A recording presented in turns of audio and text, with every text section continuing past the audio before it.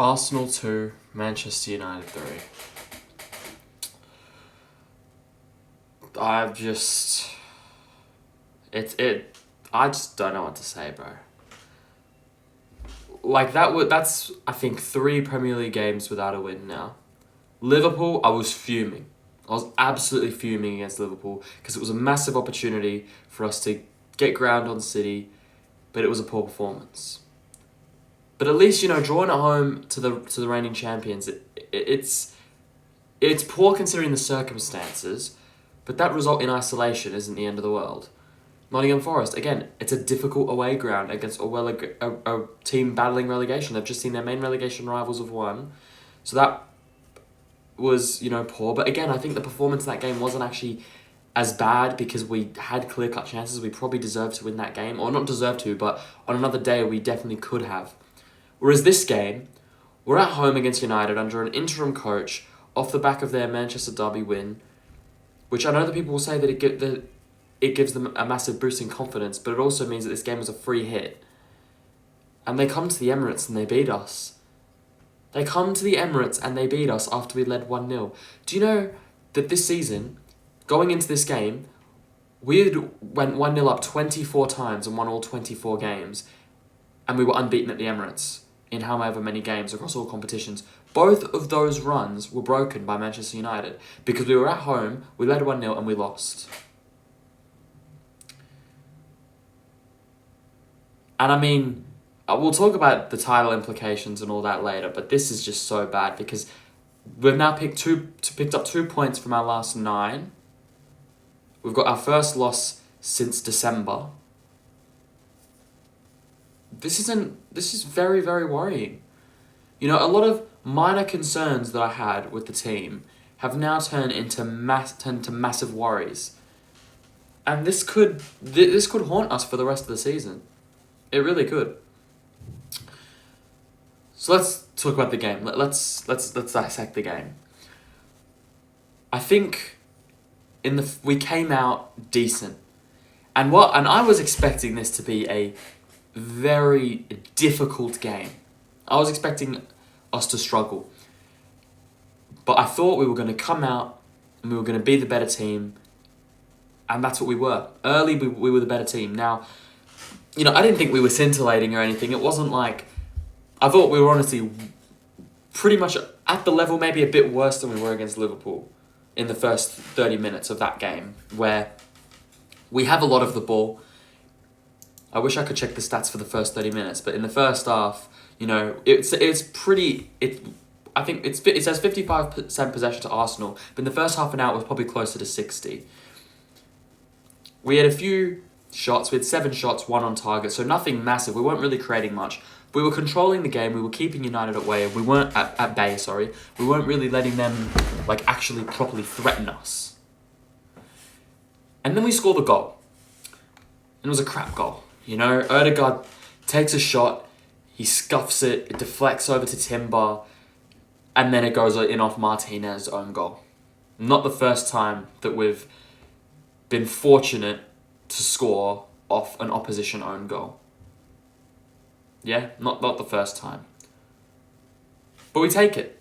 In a game like this, against a team that we always struggle against, even when we beat them, we always struggle against them, we take 1-0 wherever we get it.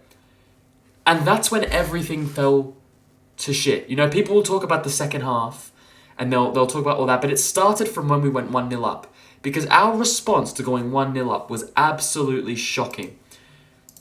I mean, if I look at the shots that preceded that, United, Zubamendi, blocked shot, United, and that's it. And one of those United shots was a goal.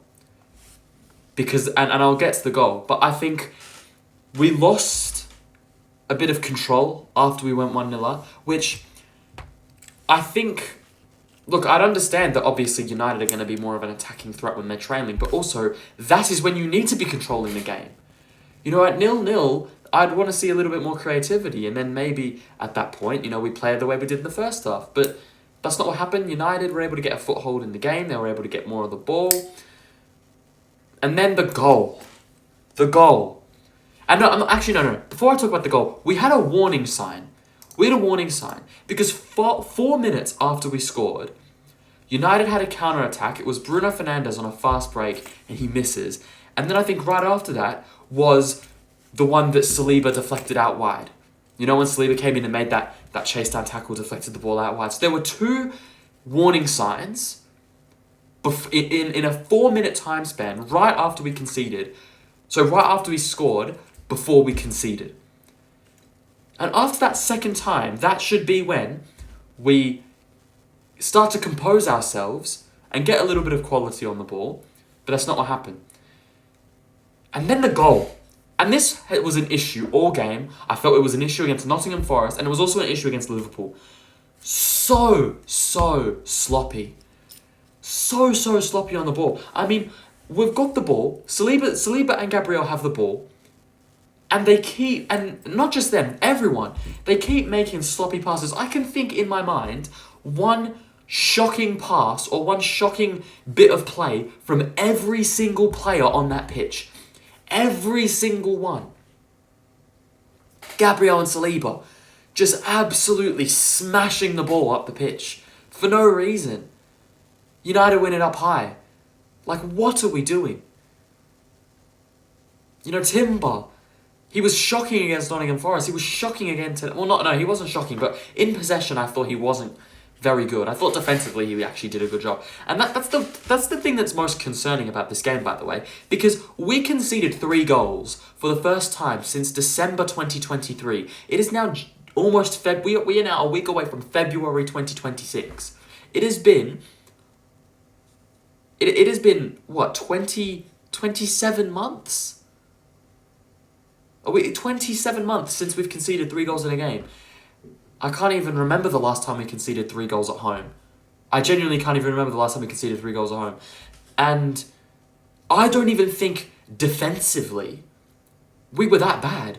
And I'll get to the goals that they scored, the other 2 in the second half. But that goal that we conceded after they've started to apply some pressure, Saliba gets the ball. And at first, I was critical of Saliba. But since I've watched it back, I can't really blame him too much. Because he passes it to Zubimendi, who I've been banging on about Zubimendi. And I'll get to it because I'll do a player ratings. I'll talk about the individuals. This is more of a team thing. But he passes the ball to Zubimendi, who is being pressed. Right? Bruno is pressing him. And then, what is it? First time, he just slices the ball and plays in Burmo clean through on goal. Who then gets past Raya and puts it in an empty net. And I think Zubimendi is the one that you have to blame the most because, I mean, Rayat's always going to be difficult. I think Saliba, if he was a bit more intelligent in that situation, would know what I know, what many other Arsenal fans know, that Zubimendi isn't press resistant. And he wouldn't pass to him under that kind of pressure. But then I went and watched it back. And when Saliba sees him and goes to pass the ball, he isn't even under that much pressure. Because Zubimendi just stands there willing to receive the ball. He doesn't run onto the ball. He stands there waiting to receive the ball. And that's when Bruno Fernandes comes and he realises and he slices it. So poor to concede that goal, especially when, yes, they started to apply a bit of pressure, but overall hadn't really done much. They had 2 opportunities due to errors in possession from Arsenal. United weren't really playing through our midfield. And that's the thing that you're going to hear a lot from United fans, a lot of banter about how, Declan Rice, Zubimendi, Ødegaard, we absolutely cooked them, Casemiro and Manu. They didn't really do anything, let's be real. None of their midfielders really did anything. So United weren't playing through our midfield. United were just sitting in their deep block, but then their forwards were animals. They were pressing like dogs, and we were so bad in possession that we were just giving them free opportunities at goal. And then after that goal, I mean, after we conceded, I mean, again, just didn't really do anything, didn't really have like a shot, didn't really threaten them in any way. And we go into halftime at 1-1, and I was disappointed. I was very disappointed because I thought we were in control for most of that game. I thought if you had told me half an hour in when we'd gone 1-0 up that we were going to concede, I would have been like, really? Because United weren't threatening whatsoever. We're seriously going to concede. And then the second half happens, and I don't know what's more embarrassing. The fact that we were so poor in possession in the first half that we allowed United to get an equaliser and make it 1-1, or our response to it in the second half. Because, look, for the first 5 minutes of the second half, nothing happens. And then Dorgu scores an absolute wonder goal. Now, I'm looking at the second goal, and I can't really see a way we could have avoided it. I mean, maybe Rice and Zubimendi should win a second ball, but I mean, you can't really put too much on them because Dorgu has been offloaded the ball by Bruno Fernandes. Was it Bruno Fernandes? I think it was. Yeah, Bruno Fernandes just offloads the ball, and then Dorgu gets through, hits it, and it's a brilliant strike. In off the post, ridiculous goal. And I'm obviously fuming at that point because, well, we're losing at home against this Man United team. I didn't realise how much more fuming I would have been watching the rest of the game. Because look, I've been very critical of Arteta and the way that he sets up and the way that he manages games.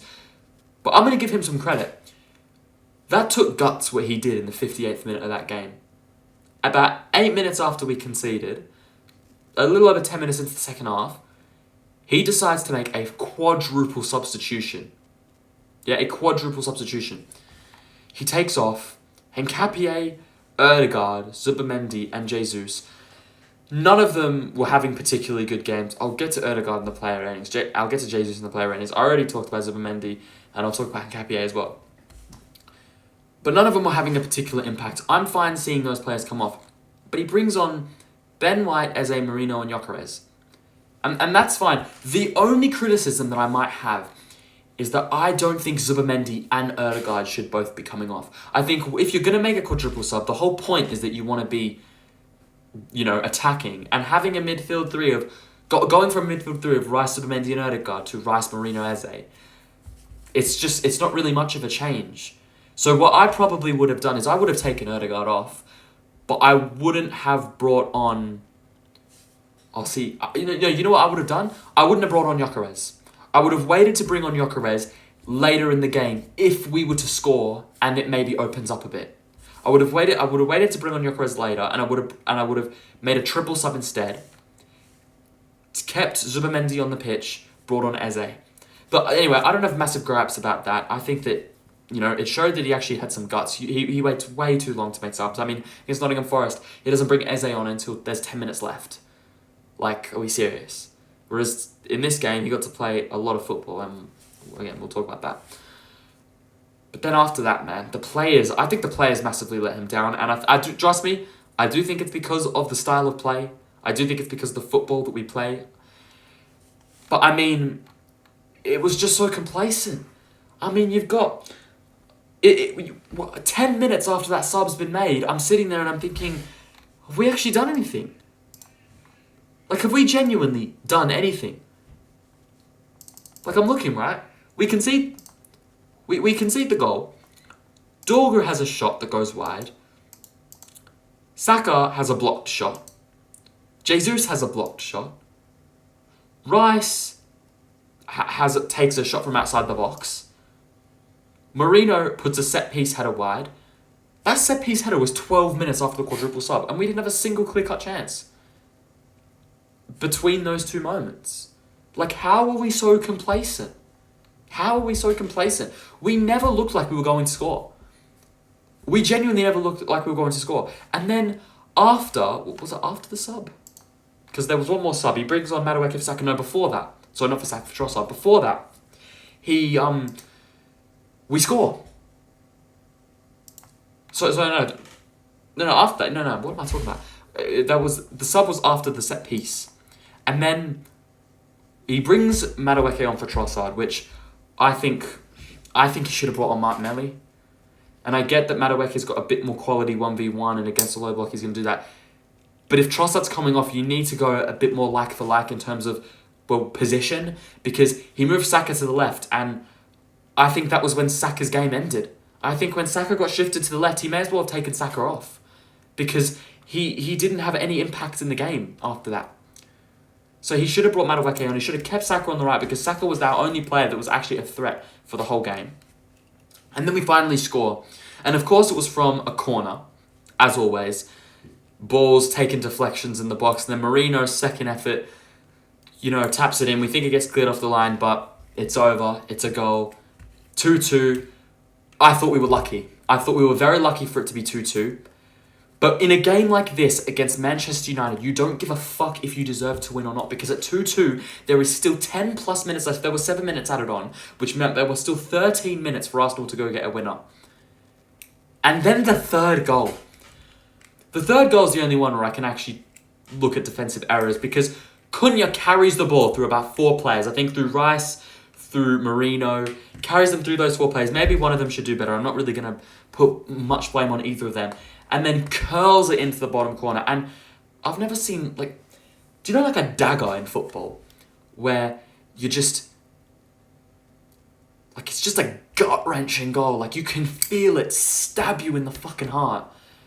I felt the same way when Fabian Ruiz scored in the Champions League last season. But that's what that Cunha goal felt like, because at 2-2, even though we haven't been playing well, you think, is there a slight chance we can nick it? We can nick it, undeservingly so. Especially when we're up against a team like Man United at the Emirates, who, you even though they're in a good position, you'd think that they would be comfortable with a draw. A draw's a good result for them. But full credit to them because they went for it. And then Cunha takes the game on, scores the goal, and we're dead and buried after that. We didn't have another chance after that. I said there were 7 minutes added on. There were 10 minutes after that goal was scored. Did we do anything in the 10 minutes? No. Did we do anything in the 10 minutes? No. I'll go to the goal. Bruno Fernandes had a lob from the halfway line. That was it. We didn't have an attempt. It was just hoofball. It was just the same bullshit, just moving the ball slowly, not finding any solutions, and then hoofing it into the box, and Lamens claimed it. This is just so bad. And this is why, whilst I think the players are mostly to blame, I think Arteta's starting 11, other than starting a certain someone who deserves to be dropped, I think was decent. I liked Jesus up front. I'd liked that we weren't playing Timber at left back and starting Ben White, because we actually had a left-footed player at left back, which, look, he didn't really do much going forward, but at least if you're left-footed, you're a bit more suited going forward. But bro, nothing. What I was saying is, I think that whilst he got certain things right, I think it's more of the bigger picture, because this is the football that we play. This is what is expected. This is how Arsenal play football. When we need a goal, you don't know if we're going to get it from open play. That is one thing that I banged on about when we drew to Sunderland, even though it was a very disappointing result, and the first half we played absolutely terrible. But I thought that was one of the only times this season where I actually saw us create opportunities from open play when we needed goals in tight games. We didn't show anything today. We showed nothing. I'm genuinely trying to think of another clear-cut chance we had. There wasn't from a set piece, because there was the Zubimendi set piece in the first half, where he kind of heads it down off Casemiro. That he should probably get a clean shot off there. And then, what were our shots on target? There was a Marino shot. Oh, that I will talk about that. The handball. This was the one where Marino takes a shot from outside the box. It probably would challenge Lamens, but it sort of deflects off Maguire's hand off the ground, and Lamens just claims it. I don't think it's a penalty, personally. I don't. I think that when you're giving penalties, it's all about where the arm is, whether it's in a natural position. And look, you can say that, well, his arm's still there. It could be a goal if it doesn't deflect on his arm. But also, where's he supposed to put his arm? It's in a natural position. I don't think that's a penalty, personally. I didn't think the Odegaard one at Anfield was a penalty. And I didn't think this one was a penalty, because they were both the same. Odegaard just slipped, whereas Harry Maguire was actually going for it. I actually think this one's probably closer to a penalty. But I don't think that was a penalty. And then our other shot on target, I remember it, was the Saka shot. Tries to catch Lamens out. Just these half chances that if it goes in, you're incredibly lucky. We didn't test their goal. Like, we genuinely didn't test their goal. But yeah, man, this is poor. And then, I mean, there were points in the game, and I've noticed that this happened as well a lot with Arsenal, where we've got the ball. We're, just passing it around slowly like we usually do. And then if we lose the ball, the way that we retreat is so infuriating, because I see us have the ball, I see one misplaced pass, and it's like everyone rushes back. And all of a sudden, United are the ones that are, shoehorning themselves into that game, imposing themselves on that game. That they start to get a few, neat passes together. And hang on, we are in control of this game. You're going to make one error and you're not going to try and win the ball back. You're just going to sit, you're just going to go back into your shell. Are you actually serious? Shocking, man. Anyway, that's enough for the team performance. I think I've said enough there. Let's get into the individuals. Let's get into the player ratings. I've got the starting 11 here with the subs. Here, I'll do the subs as well. But let's start. David Raya. I'm going to give him a 4. And look, I think that might be harsh, because I don't think he really has to do better for any of the goals. Maybe the third goal, which it's weird, because that was probably the best goal of the lot. That was probably like the most outrageous finish of them all. But I think he could get there if he starts in the middle of the goal. I watched it back. I think he could maybe get a fingertip on it because if you watch it back, he's on like the left side, and then he has to dive all the way to. Oh no, he's on his right, has to dive all the way to his left to save it. And I think if he's in the middle of the goal, and I understand the ball was on that side, and Cunha adjusts very quickly. So yeah, I just think the only reason I'm giving him a 4 is because there are 3 shots on target, 3 goals. Your goalkeeper's not getting higher than a 4 if you lose. If you score 2 goals, your opposition has 3 shots on target, and you lose the game, your goalkeeper gets a 4 or lower. Hincapié,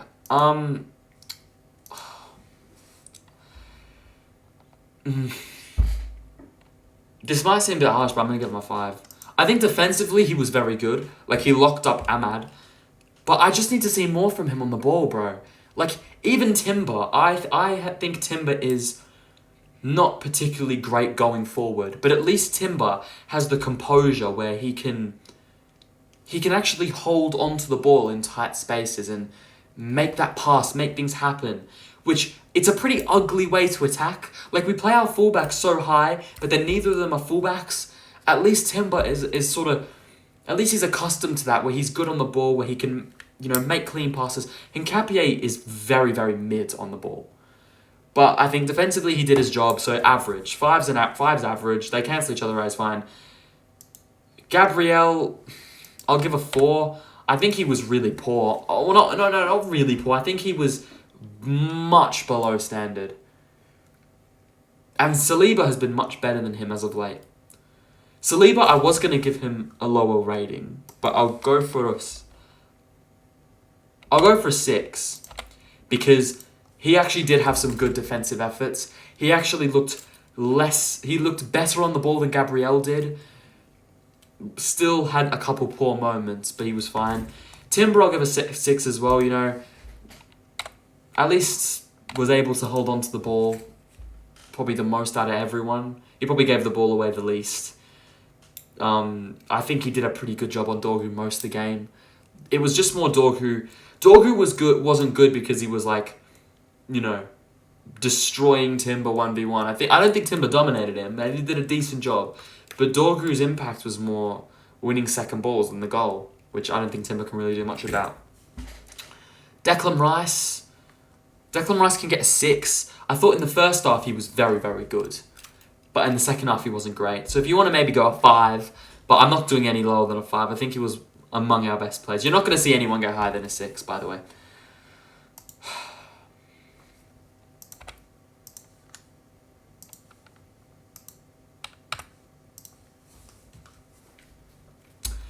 Now, you might be wondering, why is Odegaard lower than Zubimendi? Because Zubimendi probably had a worse game individually than Odegaard did.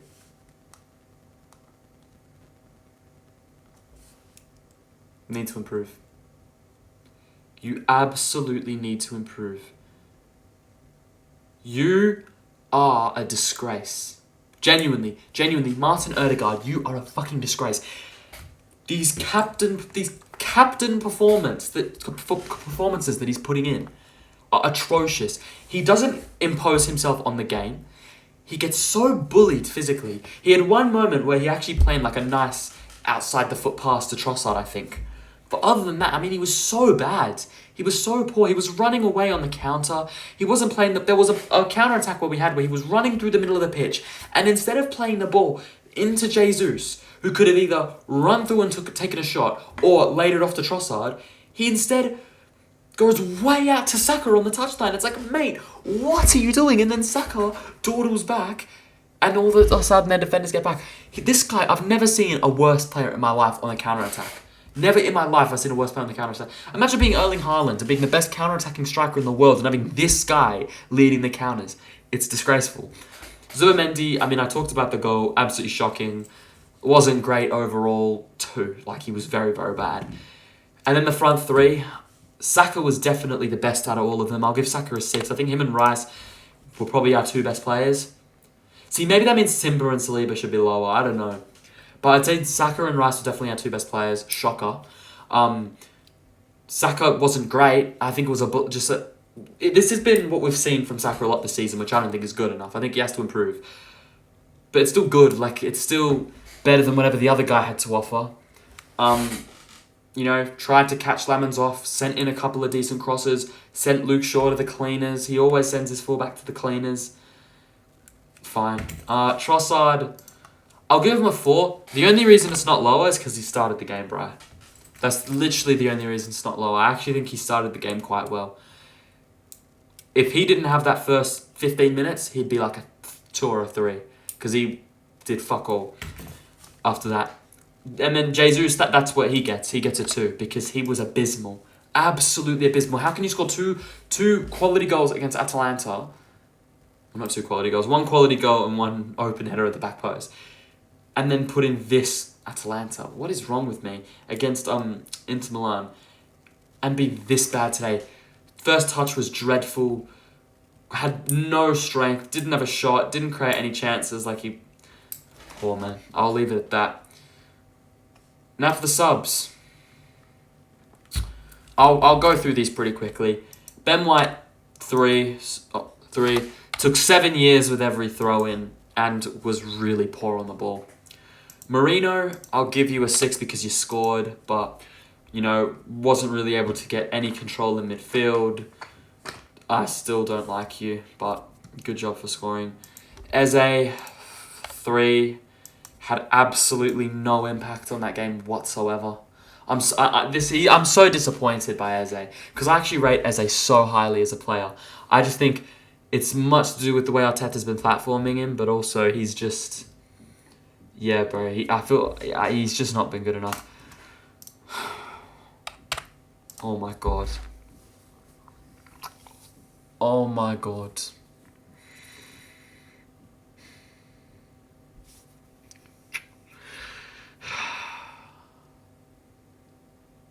I'm not even gonna,